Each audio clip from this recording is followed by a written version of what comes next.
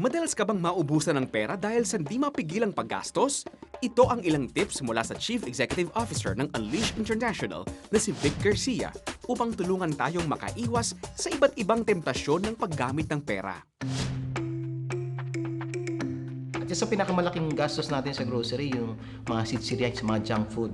Sa totoo naman, di naman nakakabusog yan at hindi pa maganda sa katawan natin. So try to refrain from spending your money from those food na hindi mo naman dapat kailangan. Isa sa mga maraming tao tumataba o medyo pag-stress daw kain sila ng kain.